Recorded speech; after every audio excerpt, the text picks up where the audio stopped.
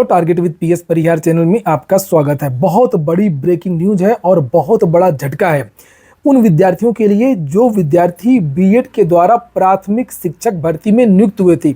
BEd के आधार पर जिनकी नियुक्तियां पहले हो चुकी थीं, जो इंतजार कर रहे थे बीएड के छात्र प्राथमिक शिक्षक भर्ती के लिए, उनके लिए तो पहले ही आदेश आ चुका था सुप्रीम कोर्ट के द्वारा 11 अगस्त 2023 को, जिसमें यह बताया गया था कि आने वाली किसी भी भर्ती में बीएड के विद्यार्थी मान्य नहीं होंगे। केवल जेबीटी, बीएसटीसी या बीटीसी के विद्यार्थी ही प्राथमिक यानी 1 to 5 के लिए योग्य माने जाएंगे। लेकिन जो विद्यार्थी पहले से नियुक्त हो चुके थे उनके बारे में क्लियर नहीं हो रहा था। उनके बारे में एक बहुत बड़ा ऑर्डर आया है पटना हाईकोर्ट के द्वारा। मैंने सुबह एक वीडियो भी बनाया था जिसमें आप लोगों को जानकारी दी थी, लेकिन उस समय मेरे पास ऑफिशियल ऑर्डर नहीं आया था। काफ़ी दिनों से ये जो ऑर्डर है वो सुरक्षित था, रिजर्व किया गया था, जिसे आप लोग यहाँ पर देख सकते हैं। मामला ये था कि जब राजस्थान की जोधपुर हाईकोर्ट ने बीएड के विद्यार्थियों को बाहर किया था, उसी समय उसी आधार पर पटना में जो छठे चरण की बहाली थी, छठे चरण की शिक्षक भर्ती थी, लगभग 1.5 साल पुरानी, 2 साल पुरानी, उस भर्ती को चैलेंज किया गया था डीएलएड के छात्रों के द्वारा। लेकिन उसके बाद में फिर वो मामला जोधपुर हाईकोर्ट से चला गया सुप्रीम कोर्ट और उसकी वजह से ये केस रुक गया। सुप्रीम कोर्ट का ऑर्डर आया और उसके बाद में वो जो भर्ती छठे चरण की जो चल रही थी, जिस पर कोर्ट का मामला था, जिस पर रोक लगाने की बात की गई थी पटना में, जोधपुर हाईकोर्ट को आधार बना करके उस भर्ती का ऑर्डर आज आया है। और ऑर्डर साफ साफ लिखा है कि the writ petition are allowed with the aforesaid observation. 26-27 page का ये ऑर्डर है और इसमें अभी तक जितनी भी कोर्ट की कार्रवाई हुई है, चाहे वो राजस्थान जोधपुर का मामला हो, चाहे वो सुप्रीम कोर्ट का मामला हो, सारी चीज़ों को इसमें कवर किया गया है। और इसमें साफ साफ कहा गया है कि एनसीटीई केवल केंद्र सरकार के कहने पर बीएड को प्राथमिक में शामिल कर लिया है, लेकिन प्रॉपर स्टडी नहीं किया गया है कि जो बीएड है वो प्राथमिक के योग्य है या नहीं है।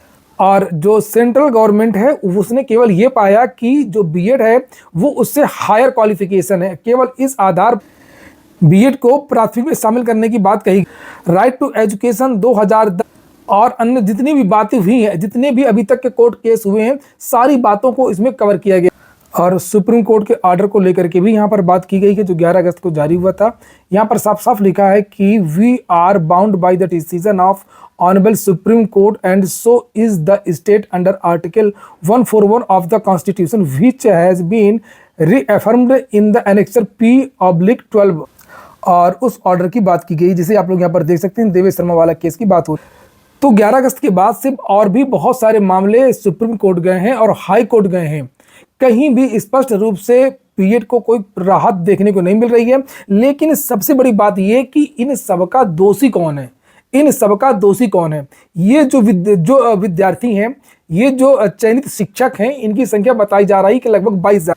ये देखिए, ये अमर उजाला की न्यूज है, अभी अभी अमर उजाला में भी ये बात अपडेट हो गई है और बताया जा रहा है कि 22,000 शिक्षक हैं। अब बताइए, एनसीटीई के आधार पर जब 28 जून 2018 को जब गजट जारी हुआ, उसके बाद उस गजट को देख करके विद्यार्थियों ने प्राथमिक वाला टीईटी किया।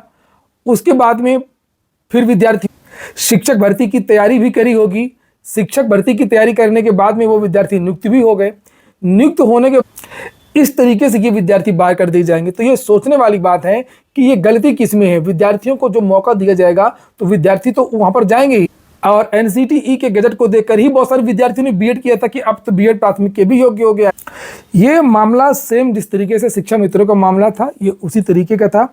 और अब देखते हैं क्या होता है। हालांकि इन लोगों के पास में, इन शिक्षकों के पास में एक मौका है सुप्रीम कोर्ट जाने का।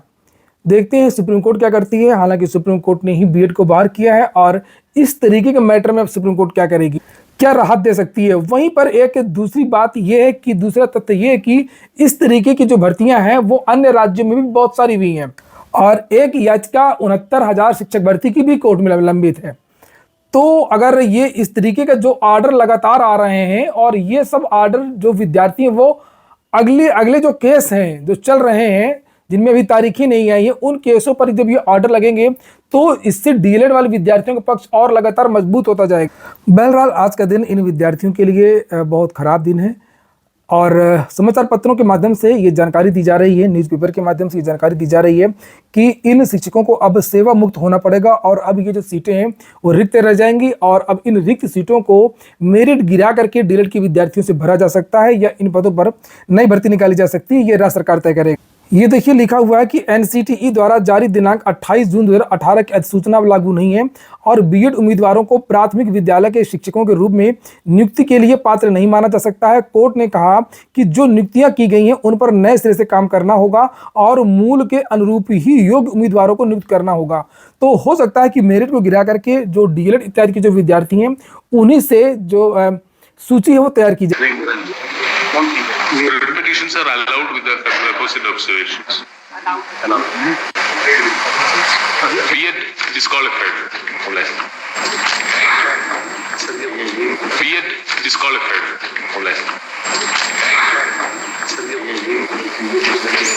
B.Ed disqualified.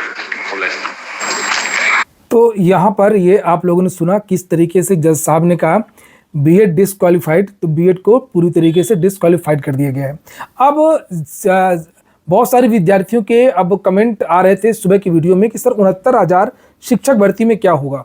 उसमें थोड़ा सा अंतर है, वो सेम मैटर ये वाला नहीं है। 69,000 शिक्षक भर्ती में जोधपुर हाईकोर्ट का ऑर्डर नहीं लगा था। जोधपुर हाईकोर्ट का ऑर्डर आया था 2021 में, डबल बेंच का राजस्थान का जो मामला था, और ये आपकी 69,000 शिक्षक भर्ती इसके पहले ही कंप्लीट हो चुकी थी। इस वजह से ये वाले केस में और उस वाले केस में जमीन आसमान का अंतर है।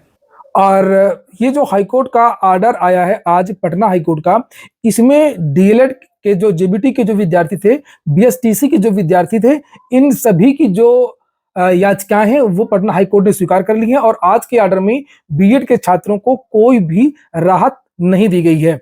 लेकिन जो पुराने वाले विद्यार्थी हैं, देखिए बीएड के जो छात्र हैं, चाहे वो अभी वाले ये वाला मैटर हो चाहे इसके पहले वाला मैटर हो, हर मामले में ओवर कॉन्फिडेंट रहते हैं, हर मामले में कि हमको तो सरकार ने शामिल किया, हमको तो एनसीटी ने शामिल किया है। मैं पहले भी कहा करता था सरकार ने शामिल किया था शिक्षक मित्रों को भी, सरकार ने बहुत सारी चीजें ऐसी की हैं जिसमें हाईकोर्ट को बदलना पड़ा है। तो ऐसी बात नहीं है, बहुत ज्यादा ओवर कॉन्फिडेंस में नहीं रहना चाहिए। और इसी तरीके से सुप्रीम कोर्ट में इन लोगों ने उस तरीके से अपनी बात नहीं रखी जिस तरीके से इनको रखना चाहिए था।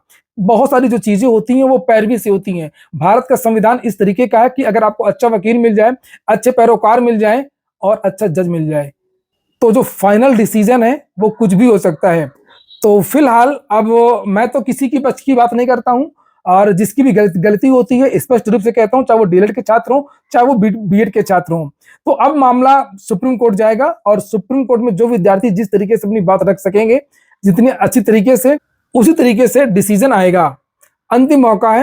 ये हो गया आज का वीडियो आपको अच्छा लगा हो, आपके काम का हो तो वीडियो को लाइक कर दें। जिन छात्रों ने चैनल को सब्सक्राइब न किया वो सब्सक्राइब कर लें। पूरा वीडियो सुनने के लिए बहुत बहुत धन्यवाद।